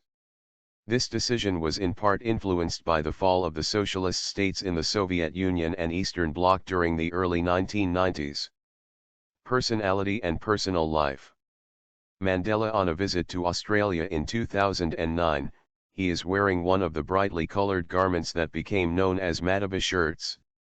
Mandela was widely considered a charismatic leader, described by biographer Mary Benson as a born mass leader who could not help magnetizing people. He was highly image conscious and throughout his life always sought out fine quality clothes, with many commentators believing that he carried himself in a regal manner. His aristocratic heritage was repeatedly emphasized by supporters, thus contributing to his charismatic power. While living in Johannesburg in the 1950s, he cultivated the image of the African gentleman, having the pressed clothes, correct manners, and modulated public speech associated with such a position. In doing so, Lodge argued that Mandela became one of the first media politicians, embodying a glamour and a style that projected visually a brave new African world of modernity and freedom. Mandela was known to change his clothes several times a day, and he became so associated with highly colored batik shirts after assuming the presidency that they came to be known as Mandela shirts. History and nature. For political scientists Betty Glad and Robert Blanton, Mandela was an exceptionally intelligent, shrewd, and loyal leader. His official biographer, Anthony Sampson, commented that he was a master of imagery and performance, excelling at presenting himself well in press photographs and producing sound bites. His public speeches were presented in a formal, stiff manner, and often consisted of cliched set phrases. He typically spoke slowly, and carefully chose his words. Although he was not considered a great orator, his speeches conveyed his personal commitment, charm, and humor. Mandela was a private person who often concealed his emotions and confided in very few people. Privately, he lived an austere life, refusing to drink alcohol or smoke, and even as president made his own bed. Renowned for his mischievous sense of humor, he was known for being both stubborn and loyal, and at times exhibited a quick temper. He was typically friendly and welcoming, and appeared relaxed in conversation with everyone, including his opponents. A self-described Anglophile, he claimed to have lived by the trappings of British style and manners. Constantly polite and courteous, he was attentive to all, irrespective of their age or status, and often talked to children or servants. He was known for his ability to find common ground with very different communities. In later life, he always looked for the best in people, even defending political opponents to his allies, who sometimes thought him too trusting of others. He was fond of Indian cuisine, and had a lifelong interest in archaeology and boxing. History and nature. The significance of Mandela can be considered in two related ways. First, he has provided through his personal presence as a benign and honest conviction politician, skilled at exerting power but not obsessed with it to the point of view of excluding principles, a man who struggled to display respect to all. Second, in so doing he was able to be a hero and a symbol to an array of otherwise unlikely mates through his ability, like all brilliant nationalist politicians, to speak to very different audiences effectively at once. Bill Freund, academic. He was raised in the Methodist denomination of Christianity, the Methodist Church of Southern Africa claimed that he retained his allegiance to them throughout his life. On analyzing Mandela's writings, the theologian Dion Forster described him as a Christian humanist, although added that his thought relied to a greater extent on the Southern African concept of Ubuntu than on Christian theology. According to Sampson, Mandela never had a strong religious faith, however, while Elliot Burmer stated that Mandela's religious belief was never robust. History and nature. Mandela was very self-conscious about being a man and regularly made references to manhood.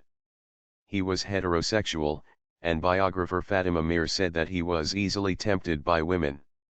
Another biographer, Martin Meredith, characterized him as being by nature a romantic, highlighting that he had relationships with various women. Mandela was married 3 times, fathered 6 children, and had 17 grandchildren and at least 17 great-grandchildren. He could be stern and demanding of his children, although he was more affectionate with his grandchildren.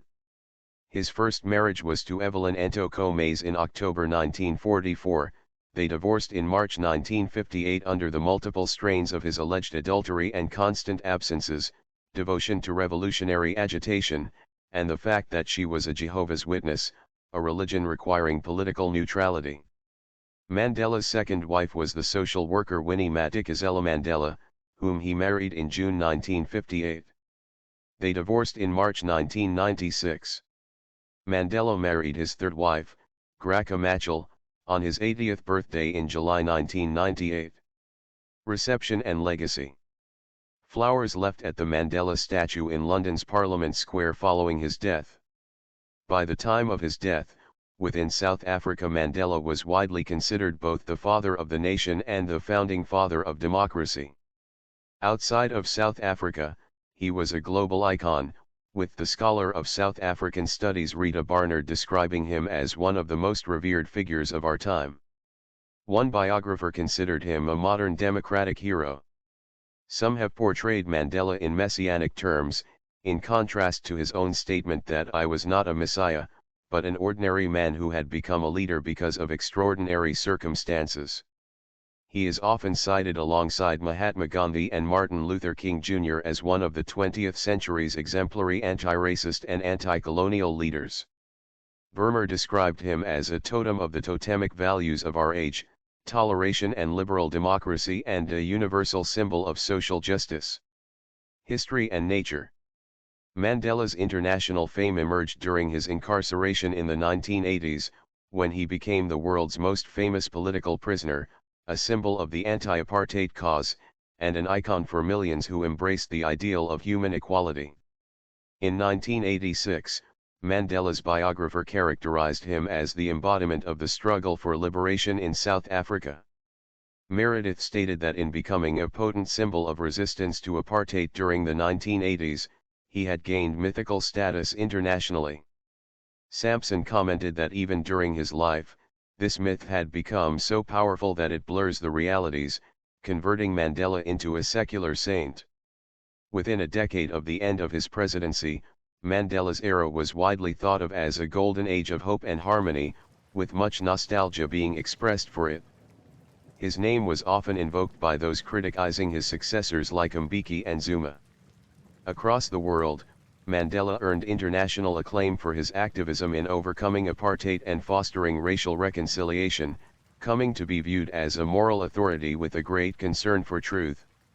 Mandela's iconic status has been blamed for concealing the complexities of his life. Mandela generated controversy throughout his career as an activist and politician, having detractors on both the right and the radical left. 460 during the 1980s, Mandela was widely labeled a terrorist by prominent political figures in the Western world for his embrace of political violence. According to Thatcher, for instance, the ANC was a typical terrorist organization. The U.S. government's State and Defense Departments officially designated the ANC as a terrorist organization, resulting in Mandela remaining on their terrorism watch list until 2008. On the left, some voices in the ANC, among them Frank B. Wilderson III, accused him of selling out for agreeing to enter negotiations with the apartheid government and for not implementing the reforms of the Freedom Charter during his presidency. According to Barnard, there is also a sense in which his chiefly bearing and mode of conduct, the very respect and authority he accrued in representing his nation in his own person, went against the spirit of democracy, and concerns were similarly expressed that he placed his own status and celebrity above the transformation of his country. His government would be criticized for its failure to deal with both the HIV/AIDS pandemic and the high levels of poverty in South Africa. History and nature. Orders, decorations, monuments, and honors. Main article, List of awards and honors received by Nelson Mandela. Over the course of his life, Mandela was given over 250 awards, accolades, prizes, honorary degrees and citizenships in recognition of his political achievements. Among his awards were the Nobel Peace Prize, the U.S. Presidential Medal of Freedom, the Soviet Union's Lenin Peace Prize, and the Libyan Al-Gaddafi International Prize for Human Rights. In 1990, India awarded him the Bharat Ratna, and in 1992 Pakistan gave him their Nishani-e-Pakistan. The same year, he was awarded the Ataturk Peace Award by Turkey. He at first refused the award, citing human rights violations committed by Turkey at the time, but later accepted the award in 1999. He was appointed to the Order of Isabella the Catholic and the Order of Canada, and was the first living person to be made an honorary Canadian citizen. Queen Elizabeth II appointed him as a Bailiff Grand Cross of the Order of St. John and granted him membership in the Order of Merit. In 2004, Johannesburg granted Mandela the freedom of the city, and in 2008 a Mandela statue was unveiled at the spot where Mandela was released from prison. On the Day of Reconciliation 2013, a bronze statue of Mandela was unveiled at Pretoria's Union Buildings. In November 2009, the United Nations General Assembly proclaimed Mandela's birthday, July 18, as Mandela Day, marking his contribution to the anti-apartheid struggle. It called on individuals to donate 67 minutes to doing something for others, commemorating the 67 years that Mandela had been a part of the movement. In 2015 the UN General Assembly named the amended Standard Minimum Rules for the Treatment of Prisoners as the Mandela Rules to honor his legacy. Subsequently, the years 2019 to 2028 were also designated the United Nations Nelson Mandela Decade of Peace. History and nature. Biographies and popular media. The first biography of Mandela was based on brief interviews with him that the author, Mary Benson, had conducted in the 1960s. Two authorized biographies were later produced by friends of Mandela. The first was Fatima Meer's Higher Than Hope, which was heavily influenced by Winnie and thus placed great emphasis on Mandela's family. The second was Anthony Sampson's Mandela, published in 1999. Other biographies included Martin Meredith's Mandela, first published in 1997, and Tom Lodge's Mandela, brought out in 2006. Since the late 1980s, Mandela's image began to appear on a proliferation of items, among them photographs, paintings, drawings, statues, public murals, buttons, t-shirts, refrigerator magnets, and more, items that have been characterized as Mandela kitsch. In the 1980s he was the subject of several songs, such as the specials Free Nelson Mandela, Hugh Masekela's Bring Him Back Home, Nelson Mandela, and Johnny Clegg's Simbananga, Mandela, which helped to bring awareness of his imprisonment to an international audience. History and nature. Mandela has also been depicted in films on multiple occasions. Some of these, such as the 2013 feature film Mandela, Long Walk to Freedom, the 2017 miniseries Madaba and the 1996 documentary Mandela, have focused on covering his adult life in entirety or until his inaugural as president. Others, such as the 2009 feature film Invictus and the 2010 documentary The 16th Man, have focused on specific events in his life. Lochiel has argued that in Invictus and other films, the American film industry has played a significant part in the crafting of Mandela's global image. Please like, share, subscribe and hit that notification bell so you can be the first to be notified whenever we post. You won't regret it.